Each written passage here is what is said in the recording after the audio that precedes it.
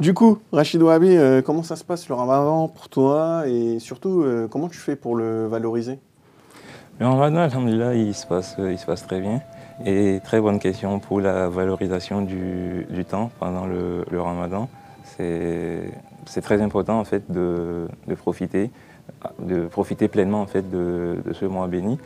Et voilà, je dirais qu'on parlera bientôt de quelques points, de quelques actions, de quelques pratiques en fait, qui permettent vraiment de valoriser notre temps pendant le ramadan, qui permettent de le rendre beaucoup plus profitable en fait pour nous dans ce bas monde et dans l'au-delà. J'avais lu des textes comme quoi, pendant le ramadan, toutes les actions, toutes les prières qu'on fait étaient multipliées envers Dieu. Oui, en Et effet, donc, c'est le cas, on en parlera dans les petits points. C'est vrai que pendant le ramadan, nos actions sont multipliées.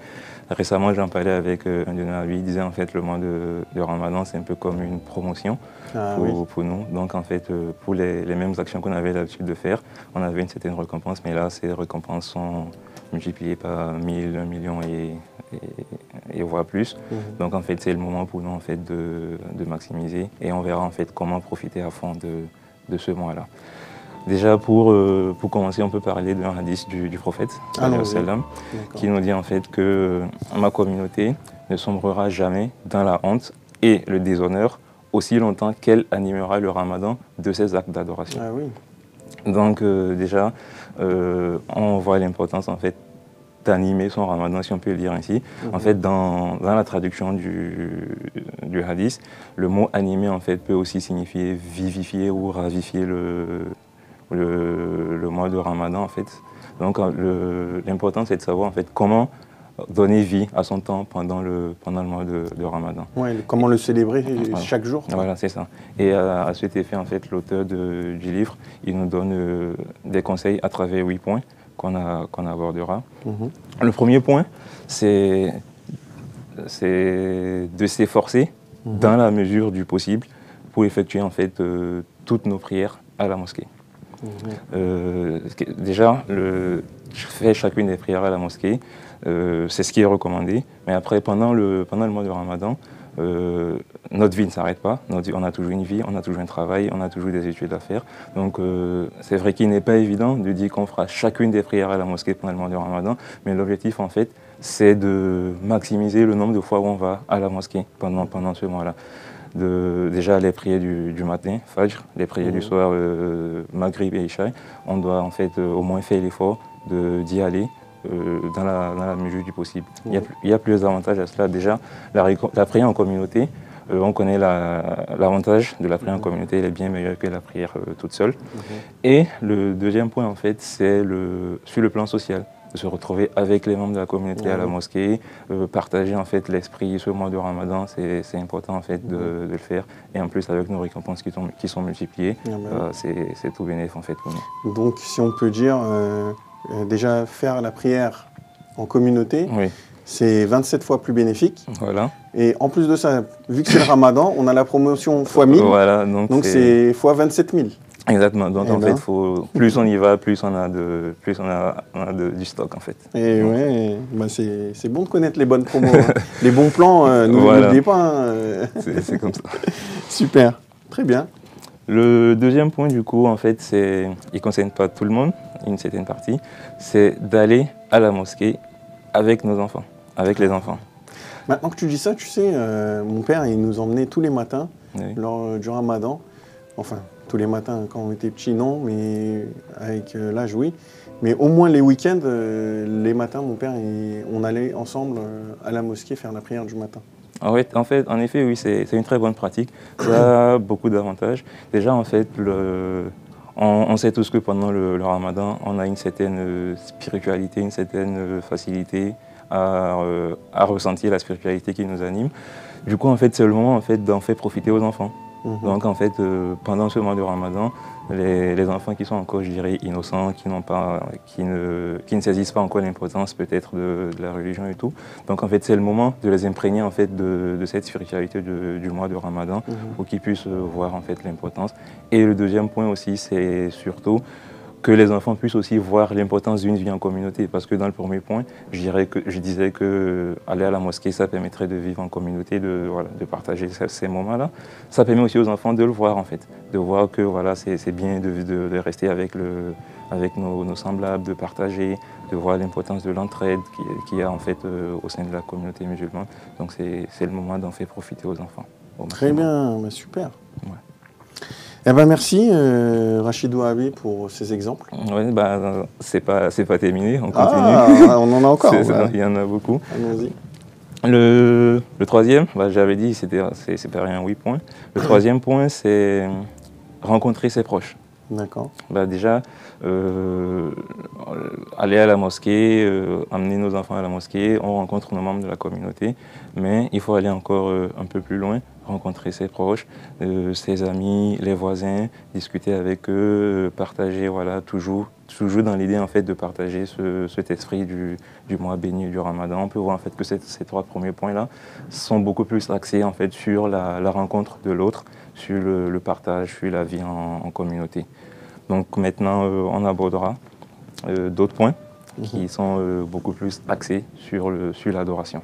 D'accord, allons-y. Du coup, le premier point axé sur l'adoration, c'est la lecture du Saint-Coran, l'écoute du Saint-Coran, la lecture des hadiths du prophète sallallahu alayhi wa sallam, l'écoute des sermons des savants et surtout, un des points les plus importants, c'est la méditation des versets coraniques. Oui, j'ai aussi fait des lectures comme quoi le mois du Ramadan, c'est le mois du Coran. C'est le mois où il a commencé à être révélé. Ouais, et donc, pour l'honorer, il faut faire sa lecture, sa compréhension, etc. Surtout la compréhension, parce qu'en général, on lit le Coran. Si on ne comprend pas la langue arabe, certes, on ressent la puissance quand on lit, on ressent un certain apaisement dans le cœur, mais il faut aller au-delà de ça, pour essayer de comprendre en fait le sens de ces versets, essayer en fait de méditer là-dessus. De comprendre le message que voilà, Allah qui est véhiculé, c'est ça. D'accord. Et pendant ce mois du Ramadan, ça permettra facilement en fait de pénétrer nos cœurs et donc ça renforcera notre spiritualité, en plus d'améliorer nos connaissances. Inch'Allah, on le souhaite à tous nos spectateurs. Ouais. Le deuxième point concernant l'adoration, c'est le zikr. C'est évoquer le nom d'Allah subhanahu wa ta'ala, beaucoup se repentir et demander pardon à Allah subhanahu wa ta'ala. En fait, pendant le mois de Ramadan, comme on l'a dit, nos prières ont beaucoup de chances d'être exaucées, en plus de la promotion fois 1000 ou fois 1 million. Donc en gros, déjà d'habitude, quand on fait le zikr, on a déjà le simple fait de faire du zikr, on a des récompenses. Donc en fait, en plus le zikr c'est quelque chose qu'on peut faire tout le temps, peu importe où on est, peu importe où se repentir, on peut le faire n'importe où. Donc, à tout moment, même c'est ça. Donc, en fait, en étant assis ou debout, voilà. En travaillant, en conduisant, on peut demander pardon à tout moment. Quoi. Donc il faut y aller à fond, sans réserve, et c'est le moment en fait, de tout maximiser. Le troisième point, donc ce qui fera notre 6e point, c'est la prière. La prière, quand je dis la prière, j'avais déjà parlé d'aller à la mosquée, mais l'objectif c'était surtout aussi c'était la vie en communauté. Mais là maintenant on parlera de la prière en elle-même. Déjà on sait que la prière c'est l'acte, je dirais, le plus important pour un musulman. Donc c'est le moment en fait, dans chacune de nos prières, on doit s'efforcer et être très concentré. Déjà, on sait que dans la prière, c'est le moment où on est le plus proche d'Allah subhanahu wa ta'ala. On est plus proche de lui. 2, on a la promotion. Donc, en fait, c'est le moment de se concentrer à fond dans la prière pour beaucoup plus créer une très grande connexion entre nous et Allah subhanahu wa ta'ala. Donc, se concentrer dans les prières, comment je dirais ça, c'est... La vivre. Voilà, c'est ça, la vivre, être dans un état où voilà, on ressent vraiment que la distance entre Allah subhanahu wa ta'ala n'est pas assez grande. Donc il faut vraiment la vivve, comme vous l'avez dit, je n'aurais pas bien dit. Donc ces 3 points-là, on peut un peu les résumer voilà, les actes d'adoration qu'on peut faire. Les 3 premiers, c'était un peu voilà, la vie en communauté, rencontrer les proches, les frères dans la religion. Là, c'est les actes d'adoration qu'on peut faire nous-mêmes. Et on abordera deux derniers points qui sont en fait, je dirais un peu aux autres et aussi à nous-mêmes. Le 7e point, c'est prier pour la protection de la nation, pour la protection du peuple, la protection de la communauté musulmane et la protection du monde entier. Donc en fait là c'est des doigts en fait, fait de la prière, penser aux autres dans notre prière pendant ce mois de Ramadan. On a beaucoup plus de chances d'être exaucé. Donc en fait c'est le moment de penser aux autres. Encore que voilà, récemment on est au courant de certains drames qui sont arrivés dans certains pays. Donc en fait il faut penser à ces personnes-là en fait dans nos prières, qu'Allah les accorde la force de surmonter cette épreuve, qu'Allah protège en fait tous ceux qui ont survécu à ce drame et qu'il leur donne la force de continuer. Toujours prier pour autrui et pour nous-mêmes. Effectivement, donc du coup on se rend compte que le Ramadan il nous pousse à prier pour le pays dans lequel on vit d'abord, le pays duquel on peut venir, mais non seulement ça, le monde entier aussi. Le monde entier, c'est ça. C'est le moment de prier pour tout ça. Comme quoi on doit penser vraiment à tout le monde pendant le mois du Ramadan, pas seulement à nous, notre famille, nos proches, nos amis, etc. Pas seulement notre communauté musulmane, pas seulement notre pays d'où on vient, mais aussi le monde entier, quoi. Exactement, c'est ça. C'est le moment de réunir tout le monde en fait, via les prières. C'est ça. Et le dernier point qui a été abordé, c'est, je dirais, un des points les plus importants aussi, c'est le travail sur soi-même.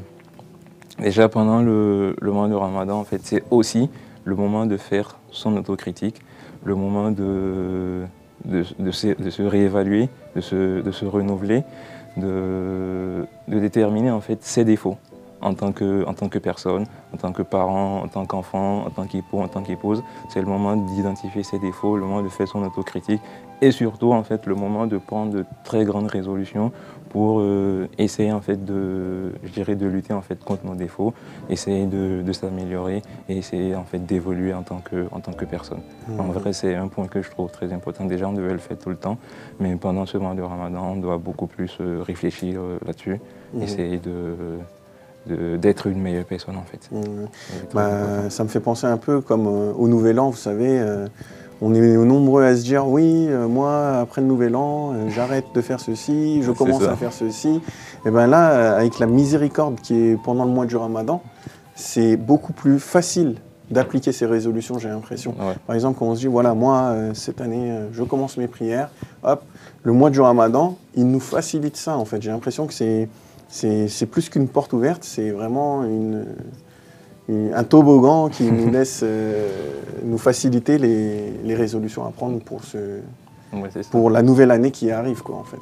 Et c'est surtout sur ce point-là aussi j'aimerais parler, parce que j'ai parlé des 8 points, c'est surtout en fait l'après-Ramadan. Le travail sur soi, c'est beaucoup plus pour ça. Déjà, en fait, ce qui est interdit ou ce qui est permis pendant Ramadan, c'est permis hors de Ramadan, ce qui est interdit aussi. Dans Ramadan, c'est interdit hors de Ramadan.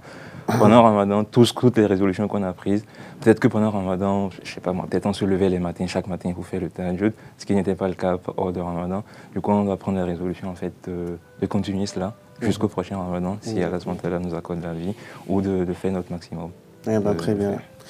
Franchement, merci beaucoup, Rachid Ouahabi, pour ces exemples. C'est super intéressant. C'est des rappels, on le sait, mais le fait de le dire comme ça, de se poser et d'y réfléchir, c'est vraiment autre chose. Et surtout, là, ça fait un peu plus d'une semaine qu'on a commencé le Ramadan. Donc, c'est bien de le reprendre un peu au début. Donc, c'est pas trop tard. Vous pouvez prendre vos résolutions dès maintenant pour les bonnes œuvres à accomplir tout au long de l'année. Pas seulement pendant le Ramadan, mais tout au long de l'année. Donc, à vous de jouer. N'oubliez pas de prendre vos bonnes résolutions. Inch'Allah. Voilà.